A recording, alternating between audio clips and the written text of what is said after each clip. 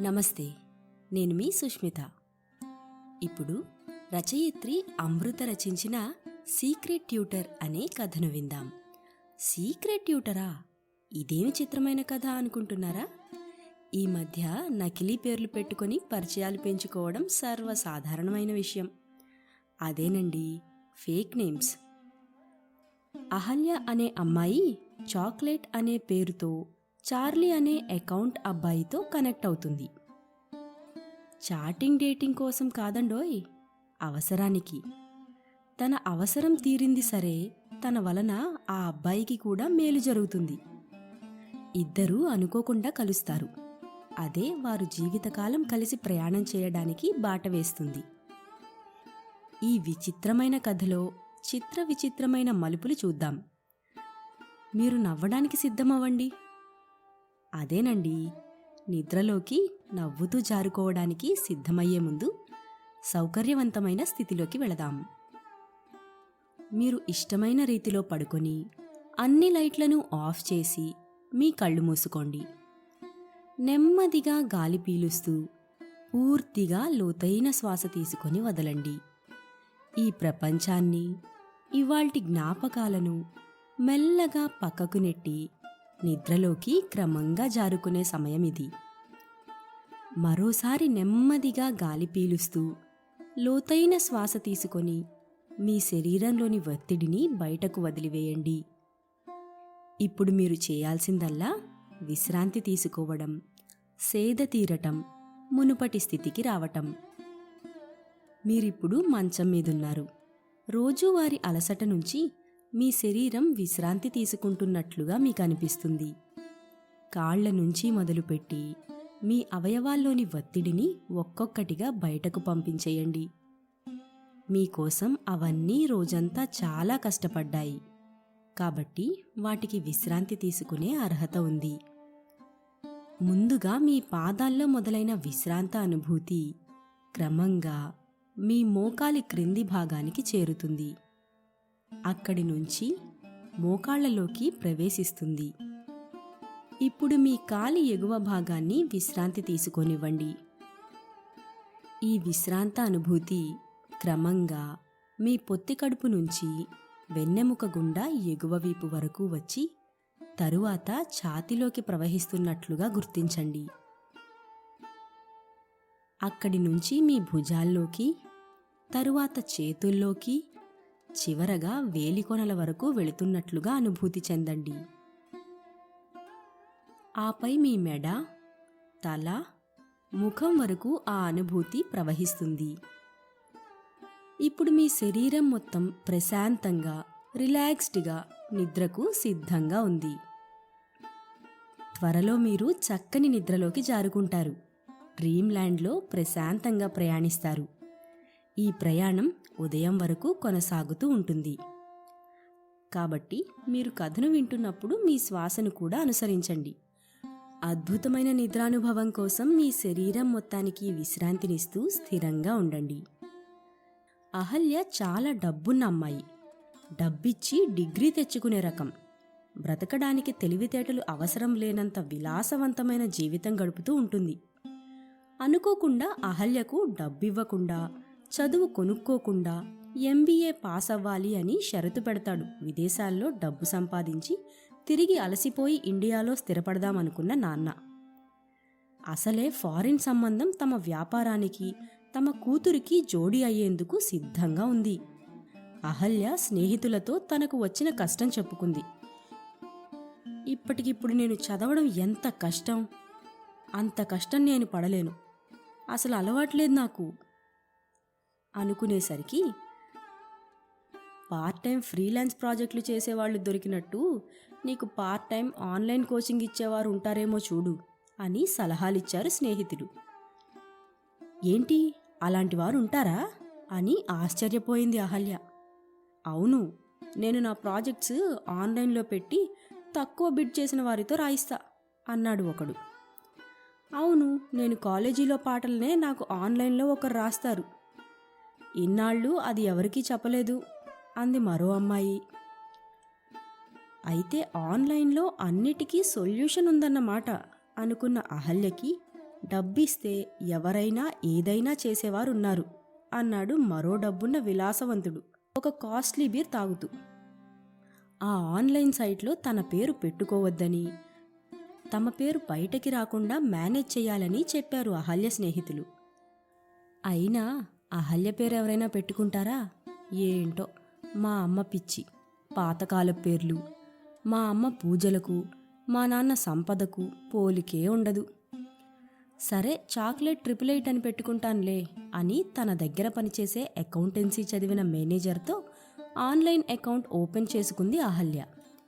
చూడు మేనేజర్, డబ్బు ఎంతైనా పర్లేదు, ఓ మంచి ట్యూటర్ని వెతుకు. పప్పాకి అస్సలు చెప్పకు, నీకు డబ్బిస్తాను అంది అహల్య. ఈ కథలో మరోచోట గౌతమ్ అనే పేద ఉపాధ్యాయుడు, తెలివైనవాడు, చదువుని నమ్ముకున్నవాడు, చదువుని శ్రద్ధతో నేర్పేవాడు. అది కూడా గవర్నమెంట్ పాఠశాలలో. చదువుని ప్రైవేట్ స్కూల్స్లో కమర్షియల్ చేయడం ఇష్టం లేనివాడు. ఫిజిక్స్లో మాస్టర్స్ చేశాడు. ఇప్పుడు ఓ గవర్నమెంట్ కాలేజీలో ఫైనాన్స్లో మాస్టర్స్ చదువుతున్నాడు. ఎవరికి ఏ సబ్జెక్ట్ అయినా చెప్పగలడు. డబ్బుకు ఆశపడనివాడు, కానీ ఇంటి నిండా సమస్యలు తప్పించుకోలేని కుటుంబ ఖర్చులు, కంటికి కనిపించే అప్పులు, కనిపించని తిప్పలు వెంటాడేవాడు. సరస్వతి కటాక్షం ఉన్నా లక్ష్మీ కటాక్షం లేదని తల్లిదండ్రులు బాధపడుతూ ఉన్నా లక్ష్మీదేవిని నీతిగా సంపాదించాలి, నాకు లేనప్పుడు ఆవిడే దయ చూపిస్తుందని నమ్మేవాడు. తనకి తెలియకుండా తన తెలివిని వాడుకుందాం అనుకున్నాడు తన బీటెక్ చదివే తమ్ముడు. చార్లీ 777 చూసి నచ్చి అదే పేరుతో ట్యూటర్ అకౌంట్ సృష్టించాడు గౌతమ్ తమ్ముడు. అహల్యకి కావలసిన ట్యూటర్కి సరిగ్గా సరిపోయింది ఈ ప్రొఫైల్. అహల్య మేనేజర్ తన MBA ఎగ్జామ్స్ పేపర్ని పంపి 3 గంటల్లో సాల్వ్ చేసి పంపమన్నాడు. గౌతమ్ తమ్ముడు వివరాలు చెప్పకుండా ఆ పేపర్ని గౌతమ్ చేత 2 గంటల్లో పూర్తి చేయించి పంపించి అహల్య మేనేజర్ని ఆశ్చర్యపరిచాడు. ఆ విధంగా చాక్లెట్ 888, చార్లీ 777ల పరిచయం మొదలయ్యింది. పేపర్ సాల్వ్ చేసిన వెంటనే గౌతమ్ బ్యాంక్ అకౌంట్కి 10,000 వచ్చాయి. గౌతమ్ విషయం అర్థం కాక తికమక పడుతుంటే తమ్ముడు నిజాన్ని ఒప్పుకున్నాడు.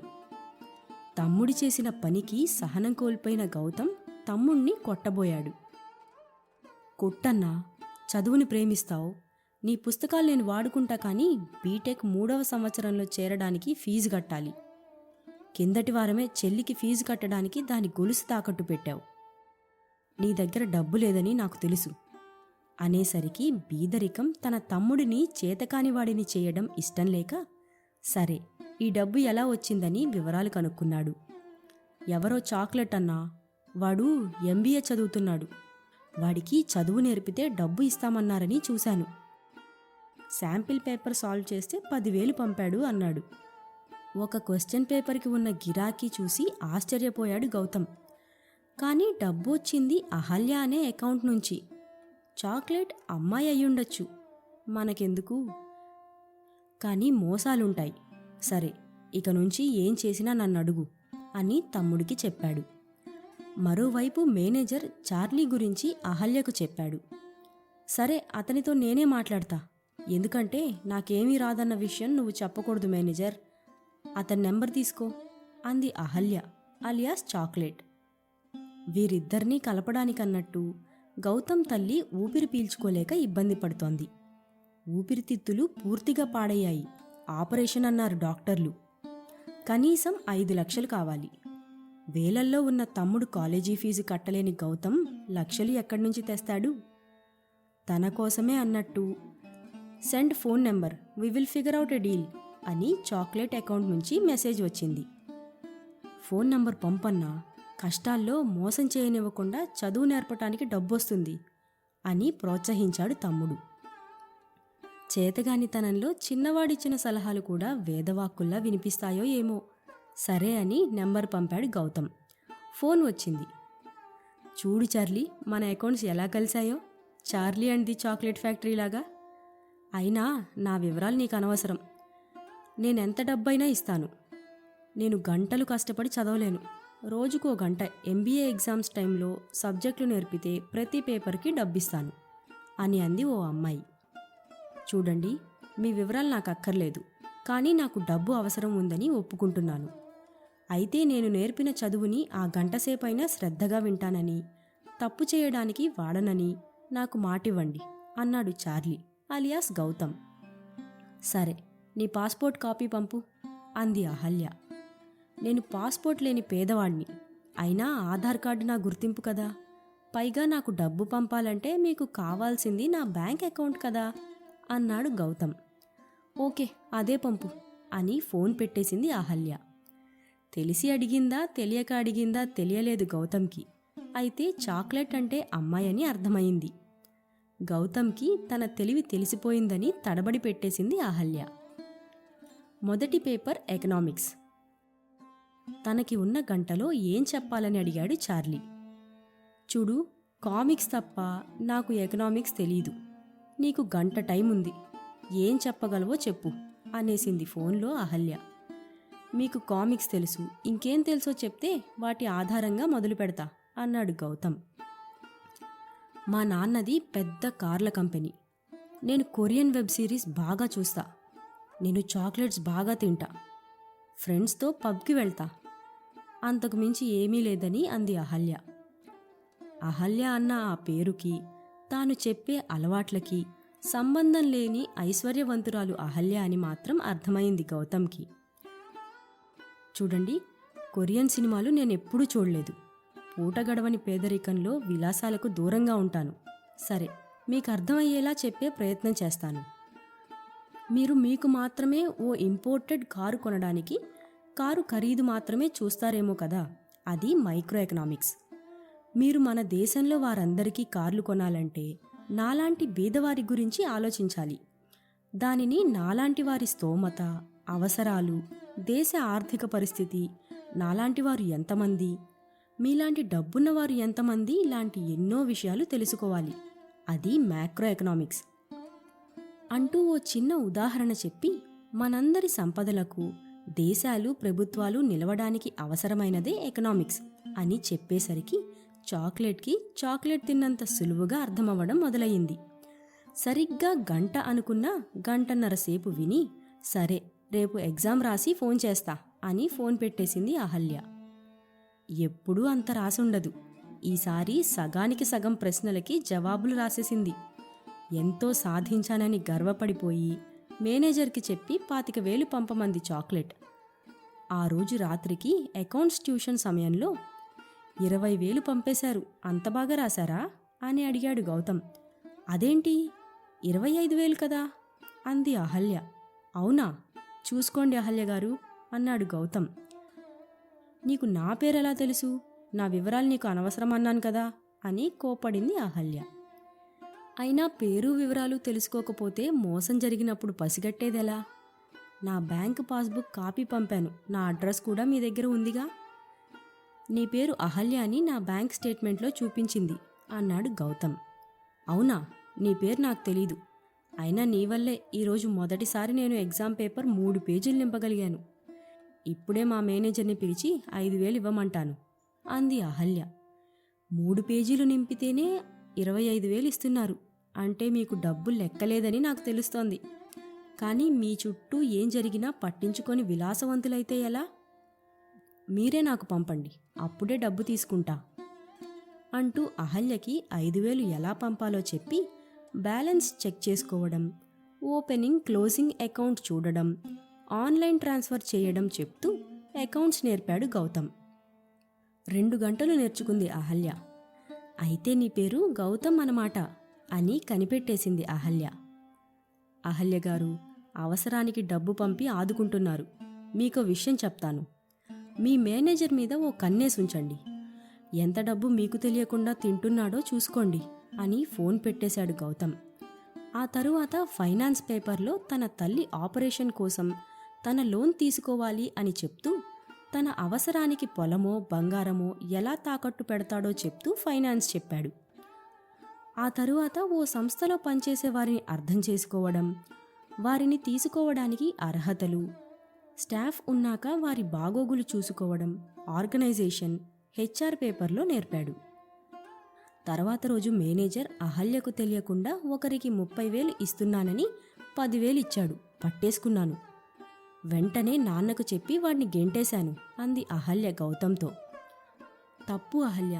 మీ అకౌంట్ వివరాలు, మీ గురించి ఎంతో తెలిసిన మనిషిని అలా అవమానించి పంపితే మీకు కీడు చేయాలని అనుకుంటాడు. మీ దగ్గర పనిచేసే వారిని మీ కుటుంబ సభ్యులతో సమానంగా చూసుకోవాలి. తప్పెందుకు చేశాడో నిలదీసి మరో అవకాశం ఇవ్వండి. తప్పులు అవసరానికే చేస్తారండి. ఆ అవసరాలు మీరు తెలుసుకోండి అని సలహా ఇచ్చాడు గౌతమ్. తనకున్న డిగ్రీలు ఎరేసి ఆన్లైన్లో డిస్ప్లేకి పెట్టి శాంపిల్ తన తమ్ముడు ద్వారా పంపిన విషయం చెప్పి మార్కెటింగ్ ఎలా చేస్తారో నేర్పాడు. పరీక్షలు అయ్యేసరికి సబ్జెక్ట్స్లో సిలబస్తో పాటు తన చుట్టూ ఉన్న ప్రపంచాన్ని అర్థం చేసుకోవడం కూడా నేర్పాడు గౌతమ్. తన కంపెనీలో ఉద్యోగస్తుల గురించి, గౌతమ్ లాంటి వారి ఆర్థిక కష్టాల గురించి అర్థమైంది అహల్యకి. పరీక్షలయ్యాక గౌతమ్కి 5 లక్షలు పంపింది అహల్య. మీరు ఇంత డబ్బెందుకు పంపారు అని కోప్పడ్డాడు గౌతమ్. ఇన్నేళ్ల నా చదువుకి ఎంతో ఖర్చు పెట్టానని మా అకౌంటెంట్ని అడిగితే తెలిసింది.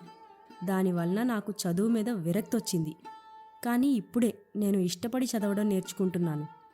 మా మేనేజర్ నా అకౌంట్ చూసుకుంటూ కొన్ని లక్షలు నొక్కేశాడు. నీ వల్లే తెలిసింది.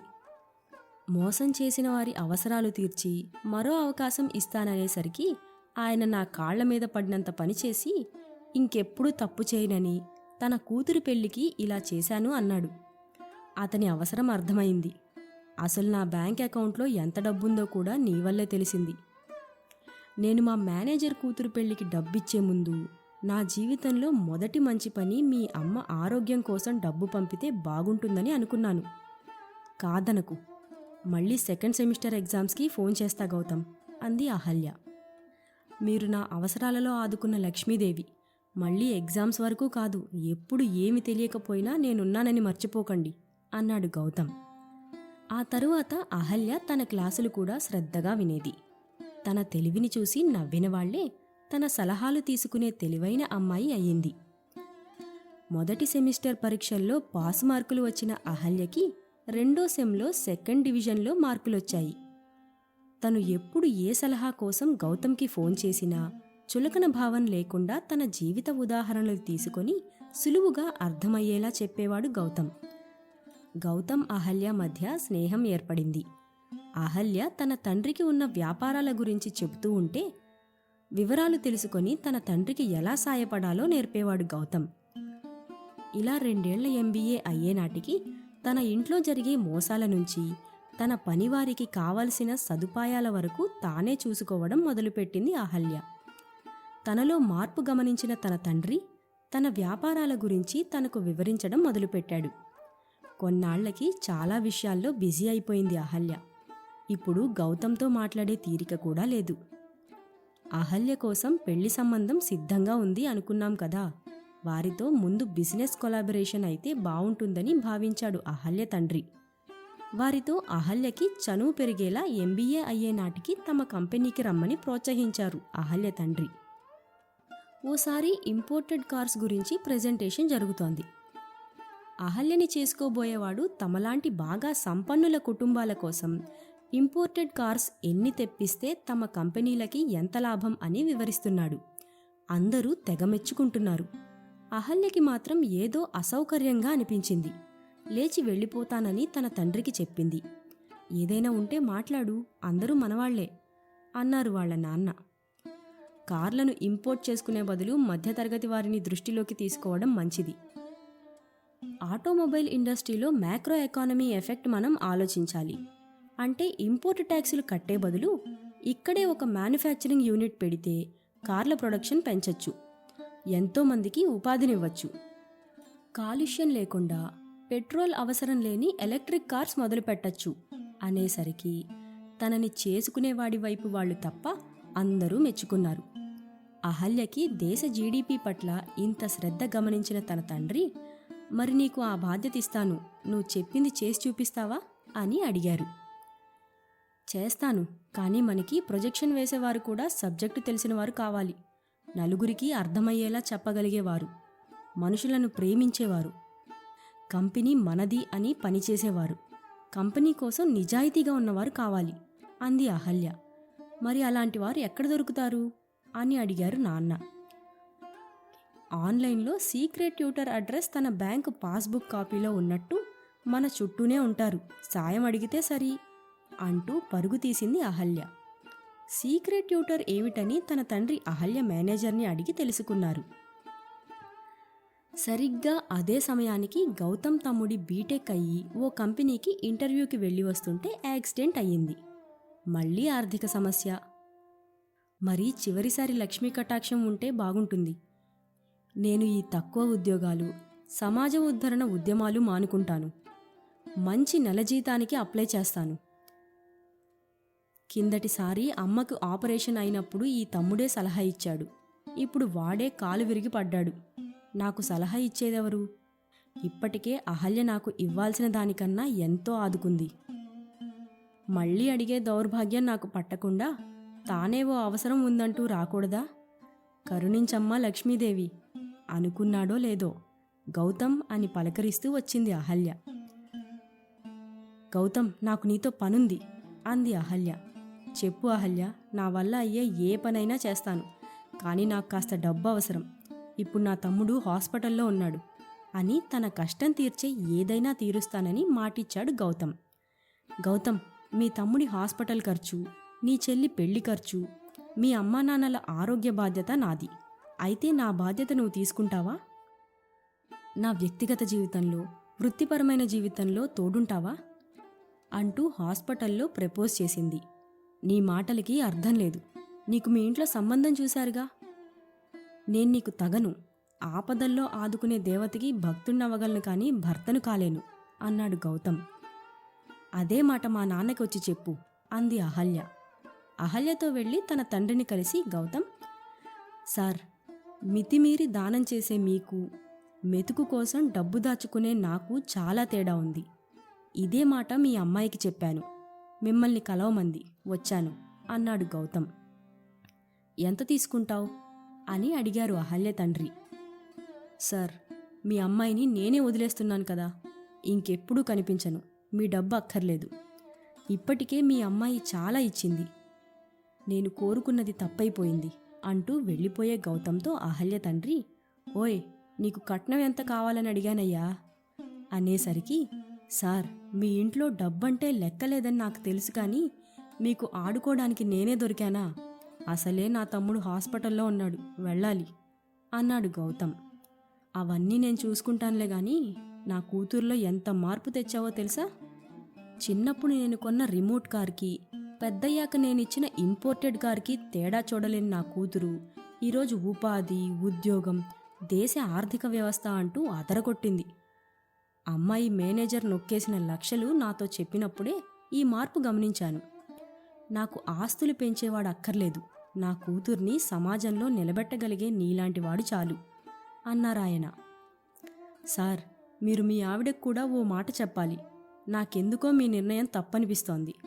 తనకి సలహాదారుడిగా ఉండిపోతాను. నెలకి జీతం ఇవ్వండి, కానీ ఇలాంటి ఆఫర్లు ఇవ్వడం న్యాయం కాదు అన్నాడు గౌతమ్. నా కూతురు ఏదీ తేల్చుకోలేని అయోమయం నుంచి ఈరోజు నీలాంటి ఓ అబ్బాయిని తనకి తాను ఎంచుకోగలిగింది. అయినా జన్మజన్మల కలయిక అహల్య గౌతములది. ఇందులో అన్యాయమేమీ లేదు అల్లుడుగారు అంటూ మాట కలిపింది అహల్య తల్లి. అహల్య గౌతమ్ కుటుంబ బాధ్యత తీసుకుంది. గౌతమ్ అహల్య తండ్రి కోరుకున్నట్టు తనని సమాజంలో ఓ తిరుగులేని బిజినెస్ ఉమెన్గా నిలబెట్టే పనిలో ఉన్నాడు. ఆ విధంగా మారుపేర్లతో కలిసి ఒకరికి ఒకరై ఆదర్శ దంపతులయ్యారు అహల్య, గౌతమ్. గౌతమ్ అహల్య కంపెనీలో training and development team head అయ్యాడు.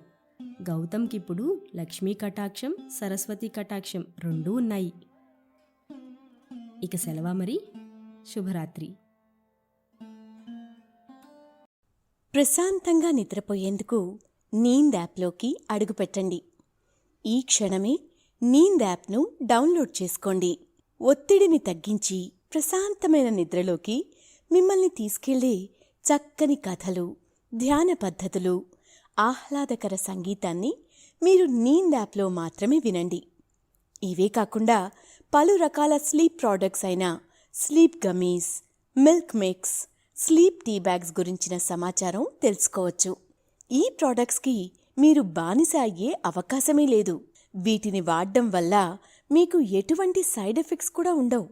సంపూర్ణంగా నిద్రపోయేందుకు ఇవి సహకరిస్తాయి. మీ నిద్రానుభవాన్ని మరింత మెరుగుపరుస్తాయి.